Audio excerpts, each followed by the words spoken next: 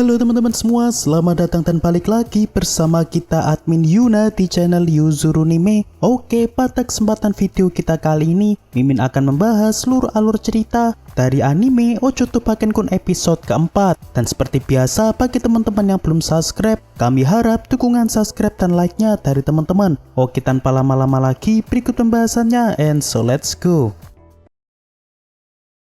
Episode dibuka dengan diperlihatkan lanjutan episode sebelumnya, yang mana saat Keiya dan Isaku sedang menyeberang jalan. Di sini tiba-tiba Keiya kembali bertanya kepada Isaku, apakah Isaku berkenan untuk mengkisu dirinya. Isaku yang mendengarnya pun awalnya spontan mengatakan kepada Keiya bahwa ia berkenan untuk melakukan yang diminta Keiya. Namun tak lama setelah itu, karena Isaku menyadari bahwa yang ia katakan cukup memalukan, sehingga akhirnya ia pun menolak permintaan dari Keiya, sembari ia yang pergi terlebih dulu meninggalkan Keiya. Lalu di saat Keiya yang tengah mengikuti Isaku yang sedang berlari, tiba-tiba muncul seseorang berjaket hitam yang sepertinya siap untuk menembak Keiya. Dan di saat yang sama, karena Isaku tiba-tiba mendengar suara tembakan, saat ini ia pun segera pergi menuju sumber suara untuk memastikan apa yang sedang terjadi di sana. Dan sesampainya Isaku di lokasi, rupanya saat ini ia tengah melihat Keiya yang sedang menghajar pria berjaket hitam.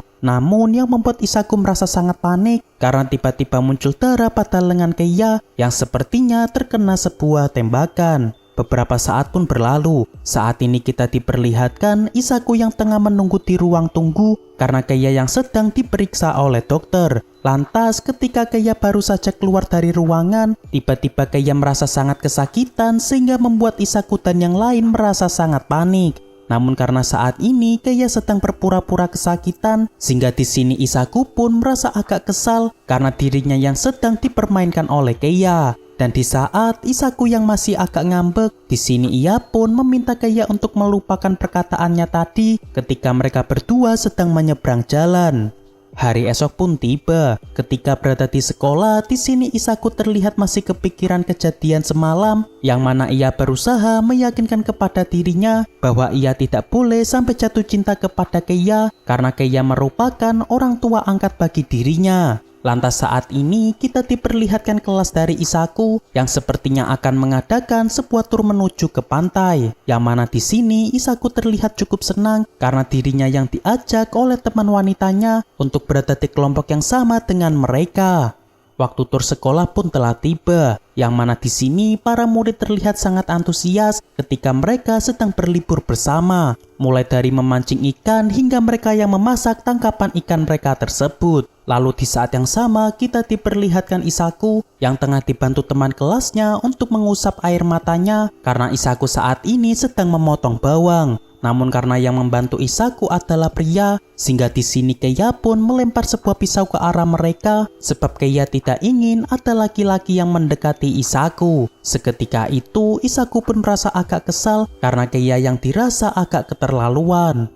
Malam pun tiba. Ketika Isaku dan teman-temannya sedang berada di kamar, di sini mereka pun mencoba menggoda hubungan Isaku dan Keiya yang terlihat seperti sepasang kekasih. Namun di sini Isaku pun menyangkalnya bahwa ia dan Keiya tidaklah berpacaran. Lalu tak lama setelah itu, saat ini Isaku dan teman-temannya pergi ke ruang ganti karena sepertinya ponsel milik teman Isaku sedang ketinggalan di sana. Namun karena saat ini pemandian sedang digunakan oleh murid laki-laki, sehingga mereka harus diam-diam mencari ponsel yang ketinggalan di sana. Lalu ketika Isaku sedang membantu mencari di lemari sebelah, ia tak sengaja bertemu dengan Keiya yang sepertinya sehabis berendam. Dan karena tidak ingin Keiya ketahuan, sehingga di sini Isaku pun menyuruh Keiya masuk kembali ke pemandian ketika ponsel teman Isaku telah ditemukan. Dan di sini Isaku juga meminta mereka untuk kembali terlebih dulu sebab sepertinya Isaku sedang ingin berbicara dengan Keiya. Lantas setelah mereka pergi, di sini awalnya Isaku bertanya-tanya mengapa Keiya saat ini sedang berendam seorang diri. Namun setelah melihat tato yang banyak dari Keiya, di sini Isaku pun menjadi agak mewajarkannya karena Keiya tentu tidak ingin memperlihatkan dirinya kepada teman-teman yang lain jika dirinya memiliki tato yang cukup banyak pada tubuhnya. Dan karena identitas Keiya sebagai Yakuza hanya diketahui oleh pihak kepala sekolah, sehingga kini Isaku pun akan menjaga pintu masuk di saat Keiya yang sedang ganti baju.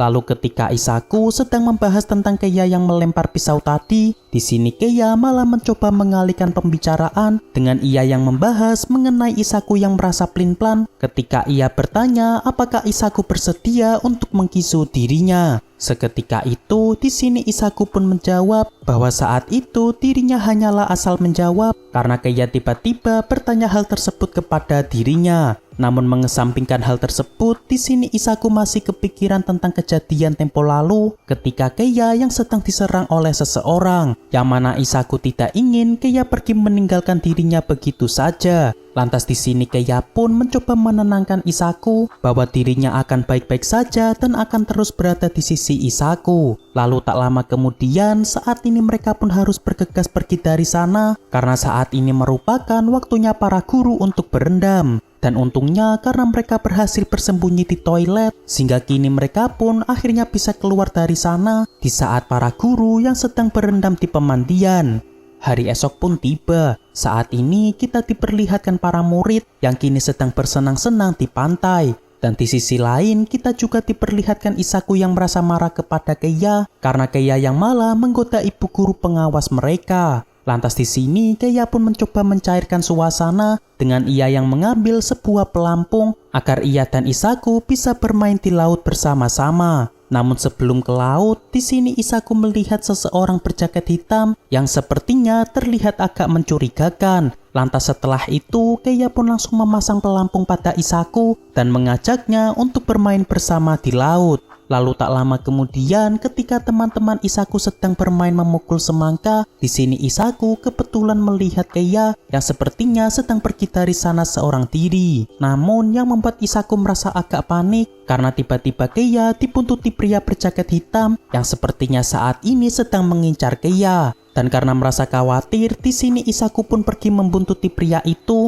yang saat ini sedang mengikuti Keiya. Dan setelah itu, ketika Keiya hendak merokok di belakang toilet, rupanya pria tadi benar-benar datang ke sana dan langsung menghampiri Keiya. Lalu dari arah belakang, tiba-tiba Isaku memukul pria itu menggunakan semangka agar Isaku bisa menyelamatkan Keiya. Namun seketika itu, Keiya pun menjelaskan kepada Isaku bahwa sebenarnya pria itu merupakan salah satu anggota Yakuza mereka yang sengaja disuruh Keiya untuk datang kemari agar bisa membantu mengawasi Keiya. Yang mana karena kejadian tempo lalu, kini Keiya memerlukan satu pengawal di saat dirinya yang sedang bersama dengan Isaku. Seketika itu, Isaku pun meminta maaf kepada pria itu atas perbuatannya yang telah memukul menggunakan semangka tadi. Lalu karena saat ini tidak ada orang yang mencurigakan, sehingga kini Keiya menyuruh pria itu untuk pergi dan melanjutkan mengawasi dirinya dari jarak jauh. Lantas di sini Keiya pun merasa sangat berterima kasih kepada Isaku karena Isaku telah merasa khawatir kepada dirinya. Isaku yang mengetahuinya pun hanya bisa terdiam seolah dirinya merasa baper karena ia yang dipuji oleh Keiya. Kemudian kini mereka pun kembali ke tempat teman-teman mereka yang saat ini sedang memakan semangka bersama-sama. Lalu setelah itu kini Isaku hendak kembali mengambil tabir surya di tasnya karena tabir surya milik temannya kebetulan sedang habis. Lantas ketika Isaku sedang berada di gubuk para siswa, tiba-tiba ia dihampiri dua orang pria aneh yang sepertinya cukup mengenal dirinya dan juga kakeknya. Lalu di sisi lain ketika Keiya menyadari Isaku sedang tidak bersama teman-temannya, saat ini ia pun berusaha mencari Isaku yang katanya saat ini sedang mengambil tabir surya. Namun sesampainya di sana rupanya tidak ada siapapun dan Keiya hanya menemukan tabir surya milik Isaku. Dan setelah itu Keiya pun dihampiri pengawalnya yang ingin melaporkan bahwa tadi ia melihat dua orang dari geng lain yang sepertinya saat ini sedang mampir ke pantai.